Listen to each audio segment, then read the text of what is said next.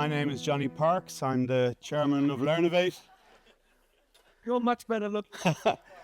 Will these damn hallucinations ever stop? Okay.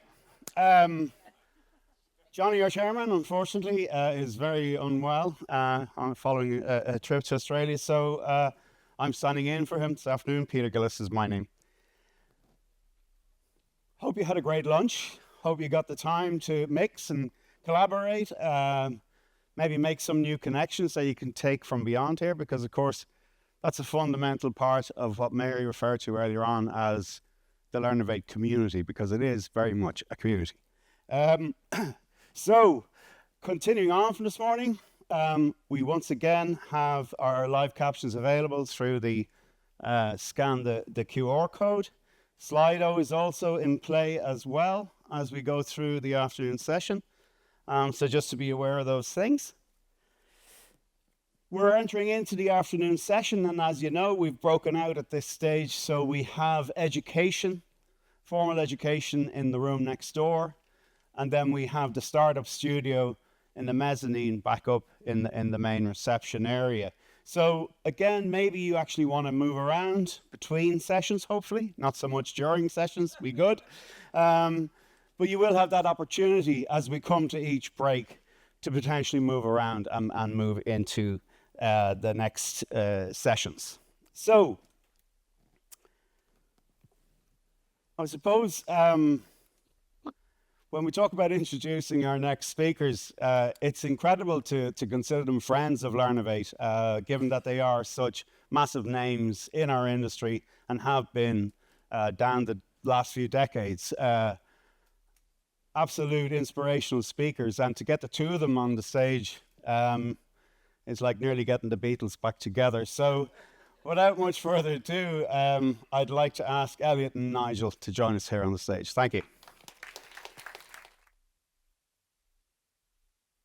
It is very embarrassing, and you've set up something that no one in the room can live by or live to. If I notice by halfway through there's only 3 people left, I'm doing something wrong. So thank you for encouraging everyone to leave, Peter. That really inspired me, and I was so pleased to hear it. Elliott. And I'm the Lego piece of this speech. Nigel is our primary presenter here, but he's going to pass it to me every now and then. So when I get stuck, give your focus to when I get stuck, when it's Nigel Paine. I'll be over on the side awaiting you. You'll be a slider, a human slider. I'm sliding over to Slido. Okay. I changed the presentation during lunch because I thought I had to mention some of the insights that came from this morning, and clearly I could do no more than put a little bit of nudge in that direction, but I think it's really important. And the first point I want to make is that I call this steering learning, not automatic, not moving, steering. Steering is an active verb, and I think if we're serious about getting learning in the heart of business, it needs to be steered. And I'm going to give you some of the guidelines, I think, of how that steering might take place. So I'm just going to wait for my slide to come up. Good, excellent. 2 quotes from this morning, one from Richard, one from Mary. And I think they're both really important. The quote from Richard, innovation is linked to humility. And it's a really profound statement. And Mary, do not hoard your knowledge and insights. And both of these I'm going to weave into the presentation. And what is interesting, these 2 presentations, well, Mary introduction, but the presentations that have come have all been about technology and AI and moving forward in this incredibly complex world. But we come back to very simple things like innovation is linked to humility. And if you think you know it all, innovation is much more unlikely in your organization, in your team, as well as in yourself. And do not hoard your knowledge and insights. Let me give you an example of that. That when Richard was presenting the generated images, he put the prompt and the engine for generation. Simple. 2 lines on a slide. How many people thought, oh, yeah, right, took down 5, right, I could do that. That little prompt, that little sharing of his knowledge and his insight I reckon will encourage huge numbers of people to try something they would never have done. If you had, there's the image generated by AI. Richard's done something really clever and there's no way I could do that. By just mentioning that, you get to something where you're going to try. He's made a connection. He's made a learning connection with everyone in the room. I think that's incredibly important. Right, get back to what I was going to say. Now, I'm going to tell a little bit of a story. And the story is about the latest book that I've written, and I'm going to give you a special offer on it at the end. But the book is about organizational learning. And it emerged from the pandemic, as so much did. When I looked at two organizations, one sailed through the pandemic, the other was catastrophic. And I started, well, why? Similar organizations. One didn't have smart staff, one had stupid staff. One didn't have bad products and the other had good products. Similar organizations, but it was all about their philosophy, their culture, and their values that drove one forward to be agile and adaptive, and one unable to think straight, basically, and they just crashed into a brick wall. And out of that, after many, many conversations, I came up with this ironic feeling that if we didn't start with values, we'd never get through to progress, generative AI, building learning into the organization, putting it into the heart of business. We'd never do that without the values. So I then started to look at those values. And I went back through all of the people I talked to, my notes and the case studies, and I came up with these 5. They're probably not the 5 you would come up with, and I wouldn't even be put up against a wall and say, these are the 5. But they're important, and they came up again and again. The first one was about value, the key word, relevant work systems and processes. Because I came up with so many people who said, oh, in spite of that, oh yeah, I succeed because that gets in I don't do it that way because that's stupid. Processes and work systems are mostly obsolete. And if you want an AI-empowered organization, try doing that with obsolete processes and work systems. If you want it in the value chain, if you want it in the work chain, you've got to think very hard about the nature of your work systems and processes. The second thing, I came to realize that those organizations I really admired and were doing really well, not just admirable failures, but admirable massive successes, decency and human kindness came up again and again and again. Not a lot you hear him. I've not quite seen many people in business conferences say, the fundamental is decency and human kindness. It's usually, if you have time, maybe one day. But I actually saw it as critical. Value decency and human kindness. And organizations that do get discretionary effort from their workforce. Discretionary effort is the superpower that great organizations have in spades and okay organizations don't have at all. The third is, I'm convinced more and more, and that's really the purpose of the book, that we've got to get away from this focus on individuals, individual achievement, individual success, my KPIs, my bonus, to hell with anyone else. It's all about me. And also organizations putting pressure and saying, Claire, it's you. You didn't do that. You failed on that. Claire, we need you to be accountable. And no one else gets into that frame. Just Claire, all on her own, is made to feel vulnerable, is made to feel a failure, or Claire feels like a queen, the big success, no one can touch her. And what does she do? She clears off to somewhere else because, hey, if I'm this good, I can go somewhere else and double my money. So you see this incredible instability in the heart of organizations. Based on this, it's all about the binary unit, whereas I think if we started seeing organizations as collections of teams and are focused on small group working and having not individual objectives, but small group objectives, we succeed together and we get points for the second one, valuing knowledge and expertise and sharing knowledge and expertise. If we can do that, we start to move knowledge around the organization. We start to speed things up in terms of agility and our ability to do more and to cover more issues more quickly and deal with challenges and problems. So, the last one, value agility and flexibility in work and work practices. They all emerge from the other 4. You cannot, I would argue, you cannot have agility and flexibility where everyone is miserable to each other, where everything is focused on me, my bonus, I don't care. And there was a really interesting Harvard Business School study which asked 600 people in the first instance and then 1,800, would you help your colleague in need? Obviously, what would the answer is mostly no. Would you ask for help? Overwhelmingly, no. Reasons? If I ask for help, I'm showing I'm vulnerable. That puts my job on the line. No way. Would I offer help? I don't want to be associated with losers. That was one quote. I don't want to be associated with losers. People who don't. I've got enough problems building my own portfolio, getting my own work done. I'm not going to do anyone else's work. This is toxic stuff. If this is running through organizations, we're in big trouble. And all the dreams that were being put forward by Mairead and others this morning, I think will go to dust unless we fix the fundamentals in the organization. And there's this, I think, profound point by this little group on the social brain, having good relationships at work, feeling challenged but not fearful. And I meet people at work who are terrified. And I'm not talking about, it's just people down at this level are terrified. I meet CEOs who are terrified of their chairman or the board.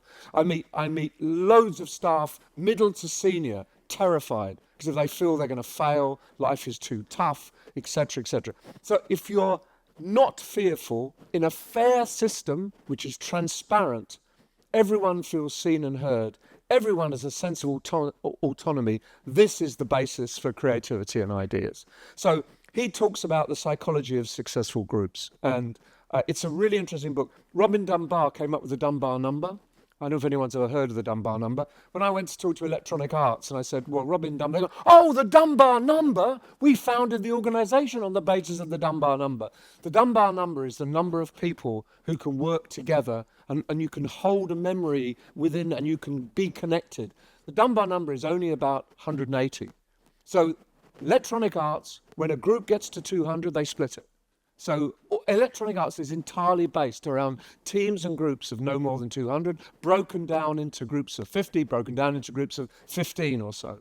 Everyone operates together as a community. Has Electronic Arts been successful? Quite successful, I would say, with an 83 billion a year turnover at the moment. So Dunbar is making sense. Dunbar's number comes from scaling up the brain of monkeys to humans, saying, how many monkeys does this type of monkey have in its community? How many does this have? The bigger the brain, the bigger the community. So he said, well, logically, let's get to a human brain. 180, something like that is the Dunbar number. So if you're in an organization of 5,000 without any kind of boundaries or links, you are completely confused. You'll never understand. You will never learn the culture of the organization. And more importantly, you will never still feel a sense of belonging. So this is really messy, this slide, I'm sorry. But essentially, in the book, I looked at these two base companies, Company B, Company A. One, the successful one, Company A, the disaster. And I kind of worked out what was going wrong. And I'm not going to read through all these because it's boring, but let me just go through a few of the points. The first one is division and betrayal. In Company A, during the pandemic, everyone blamed everyone else. Literally. And they fired people because something had gone wrong and they had to find someone to blame. And if they found someone to blame, they had to fire them. I tell you what, the best thing they ever did in the pandemic was they got rid of all of their data analysts because they were on contract and they were easy to get rid of. So HR got rid of them. 2 weeks later, the CEO said, I need to know how many of this, and what about this? Give me the stats. And they said, well, we haven't got any data analysts if we got rid of them. So, well, get them back. And would they come back? Absolutely not, because they got jobs somewhere else, because they realized in the pandemic, data was really important. So this organization behaved really stupidly. Deep disengagement. No one knew anything about anything. No one took a decision. So they were in stores that just stood there when, do you think we're going to close? What do we do? And then, we are going to close. And they literally walked out the stores, turned the key and walked off, thinking that's the end of my job. What Company A did was the staff worked out, we need to prepare for closure. So they packaged the entire store up, shipped stuff back to the warehouse. So when they turned the key, the stores were empty. Plus, they left all sorts of notices saying, get us online, we'll see you again, make friends with us on Facebook. Blah, blah, blah. They built a community, and then they took staff from the stores and put them in the warehouses. They took staff from the stores and said, do you want to be trained in IT? And they rebuilt the website so it never crashed. Company A, the website within the first week was a disaster. People thought they bought nothing and they got 3 things. People thought they got 3 things and they got nothing.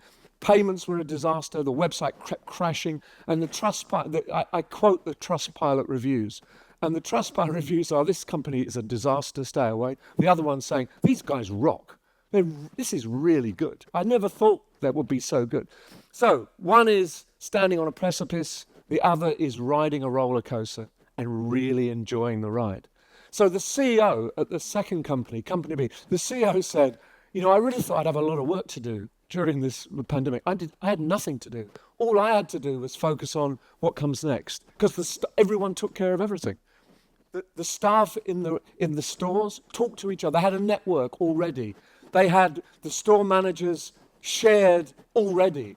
So they just put that into overdrive, and they built an organization that could survive a catastrophic, instant turmoil, instant crisis. And it was so striking to me that I had to deal with it. So Company A, crumbling. Company B, resilience. And then Company A, mostly about crisis. Everything was a crisis. Company B, mostly about innovation. So they just tried to innovate their way out.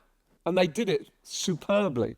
It was breathtaking. I thought, maybe I'm exaggerating, I found it breathtaking that they could have come along just the same as the other company, pretty much the same starting point, and ending up with a massively different finishing point.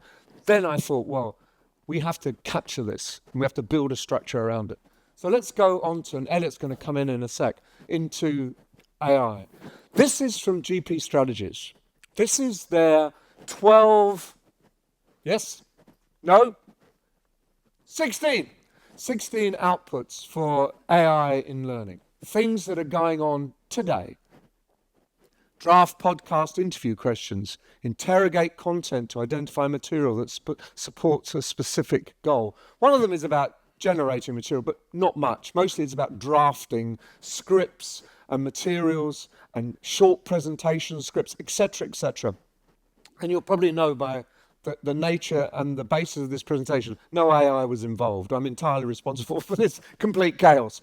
Probably would have been much better if I had asked AI.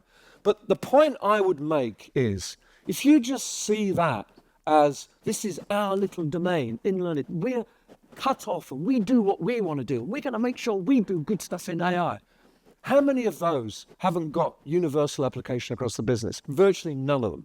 All of them are directly relevant to the whole business. Generating critical content, generating ideas, creating checklists, drafting videos, drafting an opinion survey. All these things are generally applicable. And if you start looking at it, this is my domain, then you are wasting the opportunity of transforming the whole organization. And I would argue, humbly, that transforming the whole organization is a little bit more important than developing content 20% faster. I would say that should be your aim. And everyone in learning can either get right in there up to their neck and get involved in transforming the organization, or gradually move into irrelevance. And it's already happening. There was a PwC survey where the number one concern of CEOs was, how do we get the skills base to broaden, to cope with all these changes? Same survey, L&D leaders feel they're ignored and are being made irrelevant and aren't being treated well. And you think, how can that possibly be? Well, the answer is, I would say, not that the CEO's got it wrong, it's the L&D people who've got it wrong, because they see their role too narrowly and about too limited things. They don't go to the CEO and say, this is about transformation, what can we do together? It's all about, we can do this, and we can do this is not good enough. This is back to individuals, focus on individual departments, focus on what I want, my success should be across the whole organization. So, Elliott, one of the things you talked about AI, and you talked about anything you like, you can respond to that. But you also talked about self-engineering. I think self-engineering is really important. Go on, then you go. I want to put a little context. We've had some wonderful content-rich presentations today, all about different AI, all about different processes that are AI and the like. But I want to balance it a little bit, because at the end of the day, you're not going to see a company be profitable because they are using AI. You're not going to see an employee be a great salesperson because on their own they're using AI.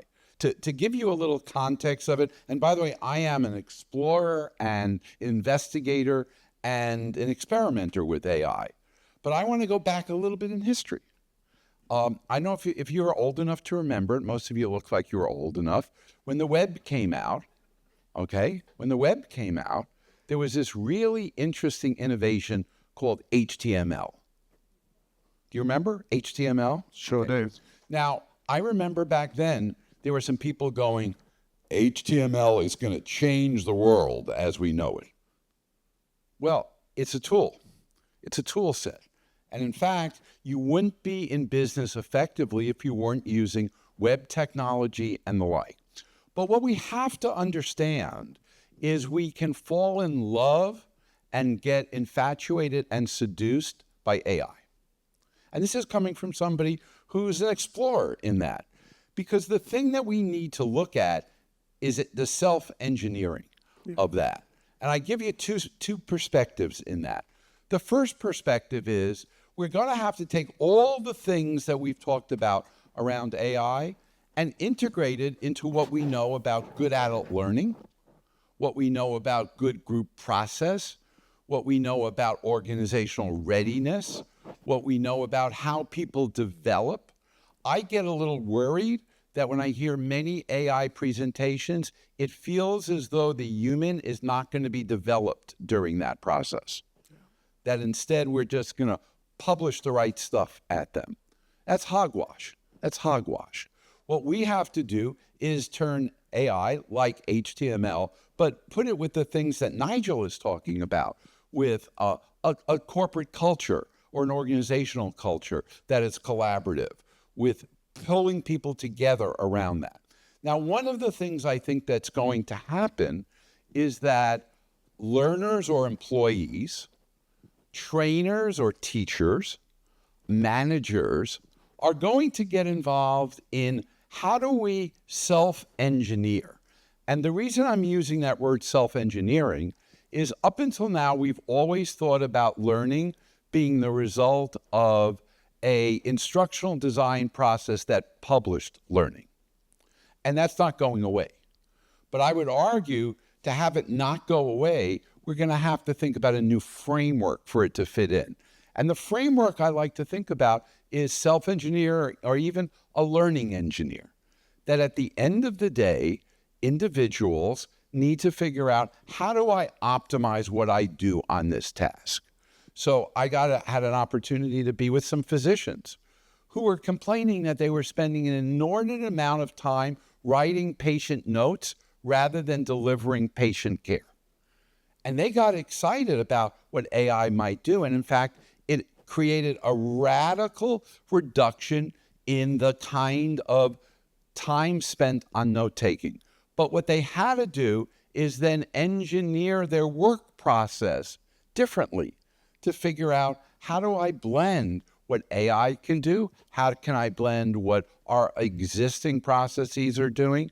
And I think going forward, we're going to be deeply involved in getting people ready to self-engineer their efficiency, their effectiveness, and their primacy, which, by the way, are going to include some things we haven't fully talked about. Do they have people that they can collaborate with? You asked that question. Exactly. Will they turn to their manager and say that? And then we in the organization world need to figure out, how are we measuring, are they ready? Are they ready for this? What metrics are we using to look at the workforce being ready? And the reason I go back to self-engineering is that almost inevitably when an organization either radically succeeds or radically fails, you can go back and see that there was an engineering decision made by it. Maybe by the learner, maybe by the manager, maybe by the IT manager, maybe by the CEO. But it moves away from AI is magic to rather the larger spectrum of our L&D and our people and our business competencies go into it. And I am very excited to think about, imagine a student starting university that she's self-engineering how she's going to optimize as a learner in that thing. It's very exciting. I'd love it back to you. And in some ways, Richard putting in the prompt and the tool is taking it away from management. Wow, look at what's that? You actually show you're working. I think increasingly organizations need to show you're working. Show how teams came up with this solution or that solution. So this is the model. This model emerged from the book. And when I showed it to the CLO of MetLife in New York, pretty big organization, and he looked at it and he said, yeah, it's okay. I'll tell you what's important about this model. He said, everything else is just, okay, I get it. He said, the orange bits.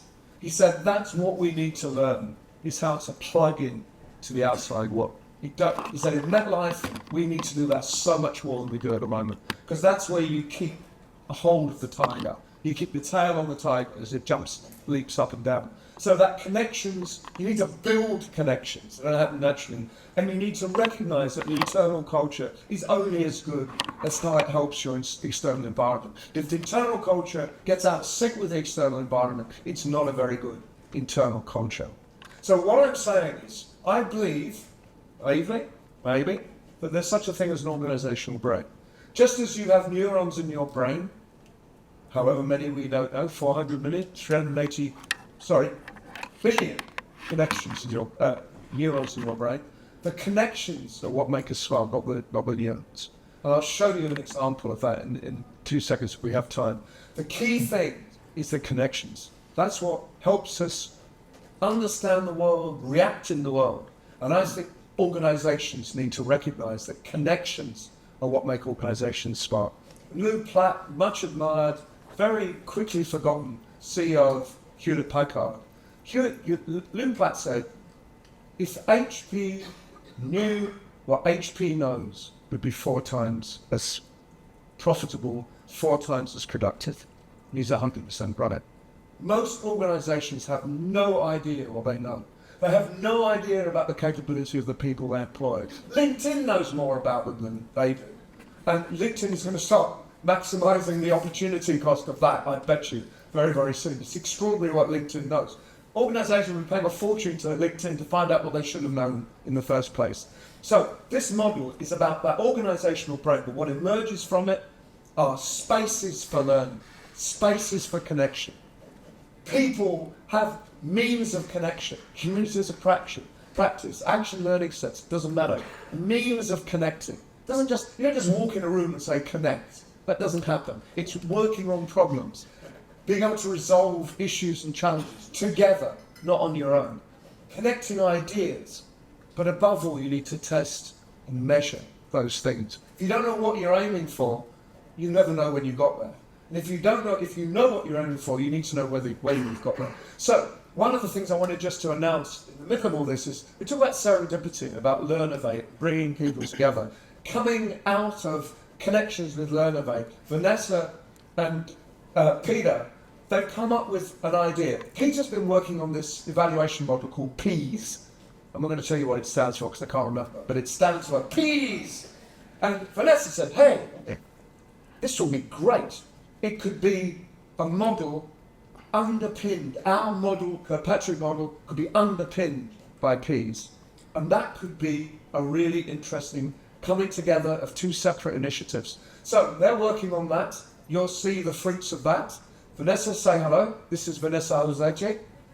And Peter, you know already, because Peter's already spoken to you. But this is serendipity, connection, and 2 things coming together and making 3. And Nigel, can I bump in Well, just for a guess second? what? You're next. Oh my gosh. You know, orange is my color, by the way. So. Did you know? How long it took me to get a photograph with the same shirt on? No, I actually, I always wanted to get. Have you ever gone to the dry cleaner where you can, you get your shirts back and they have a trolley that goes around showing. I wanted to install in my house one of those trolleys because I have about 40 orange shirts in that process, and they're done in different parts.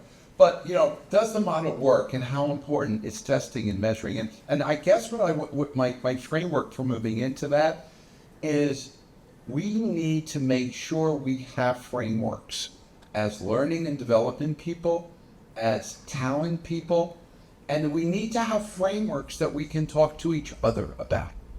Here's a good example. I had dinner with 3 CEOs, and they were fairly large corporations in the United States. And I always ask slightly probing questions. So around halfway through, I said, how many layoffs have you done recently?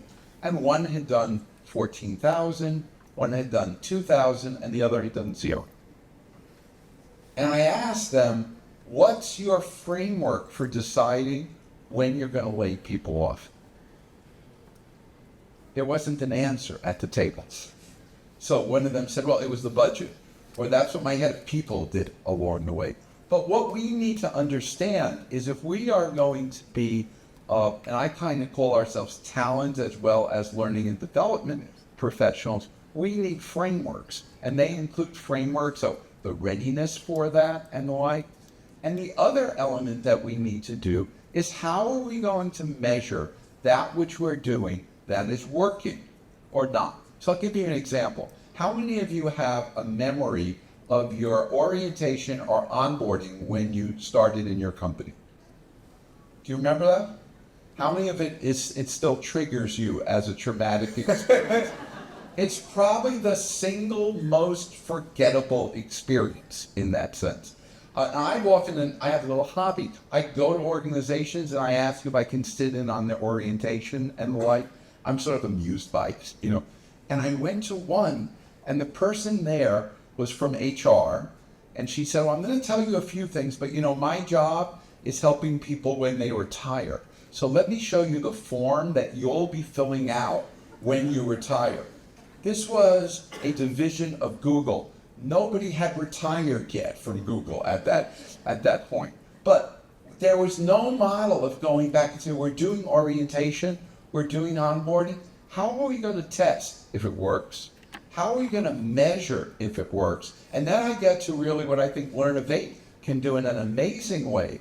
Can you imagine if you could come in and you could sit around the table and you had some shared frameworks and you could literally say, this is up, this is down, this is how we are retaining, this is how we are developing, even where leadership training or development happens. So I think it's enormously important, and I think all that Nigel has framed up here is how do we have a model that is willing to be tested, is willing to be measured, and does the gestalt. So back to you. Thank you. So it is about connecting the organization. And I'll show you why it's important. Do anyone know what that is? Go. It's a mapping of a fly's brain. A fly, and it only appeared in the world, published in Scientific Journal last week or even this week, very recent. A fly has 130,000 neurons. That's not a huge number, it doesn't need a figure. But it has 50 million connections, and they're all back there. And so what this little model has helped scientists realize is how flies operate. How come when you go to swat a fly, it jumps out of the way? How is it impossible? When you're a smart human and it's a stupid fly, you can't hit the damn thing. Well, what they discovered was that the visual cortex is linked directly to the muscles in the leg. So it's programmed into their brain so that as soon as something affects the visual cortex, their legs react. They jump out the way and fly out the way. So the fly is optimized to do what flies do. And you can see that operating in the brain. So it's all about connections.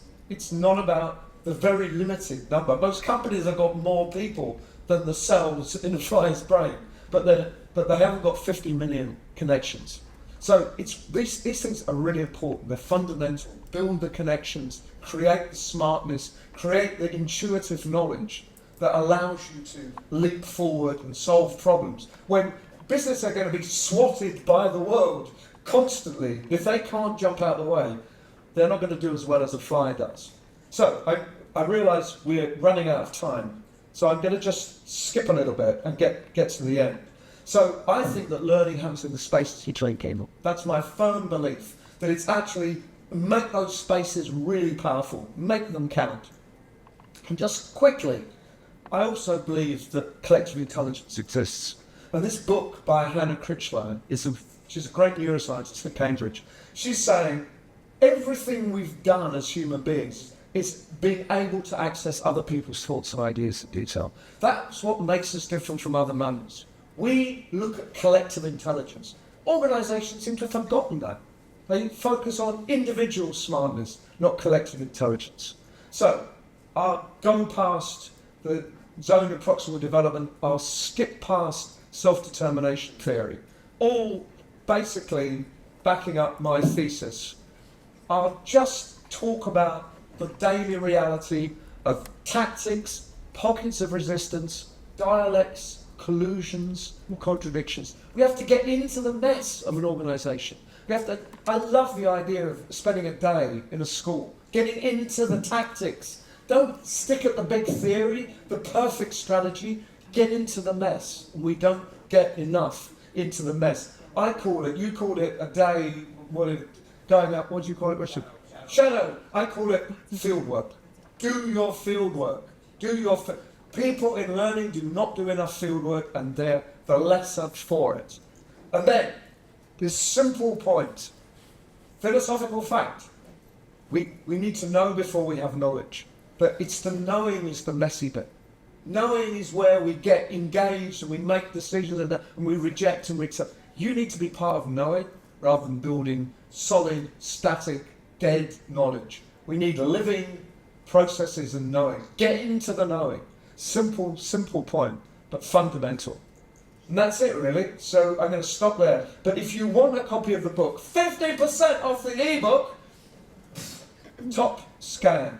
If you want to stay in touch, I'm developing lots of instruments. I'll send them out to you if you want to go on the mail list. It's the bottom one. I couldn't make them match because I don't know how to do that. But anyway, it doesn't matter. Yeah. It's not that good. And just to wind up, I'm going to pitch it.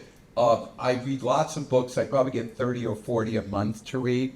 Nigel's book is wonderful. I just bought 30 copies to give to people who are coming to course. It is amazing. But let me end with this thought. I'll pay you that. Where's my 5 cents? Yeah, okay. Venmo, you can do Venmo, yeah. But our workforce is overwhelmed by all the things we're talking about here. They are overwhelmed. They are overwhelmed by the speed of technology. They're overwhelmed by political conflicts around the world. They're overwhelmed by how long will their career last, will it change, and the like. And you have to be sensitive, not to just add more technology to stimulate them, but rather to bring it in a model that nurtures them and lets them experiment their way through that. I really believe that not only AI, but all the things that Learnovate stands for, people who are dedicated to helping people and organizations grow and succeed, our profession is critically important, and more so now in history than almost at any time. Thank you very much. Learnovate, the big word you associate with Learnovate's community. Yeah. And that's really important. So thank you very much. Thanks a lot. I'm sorry I'll be done.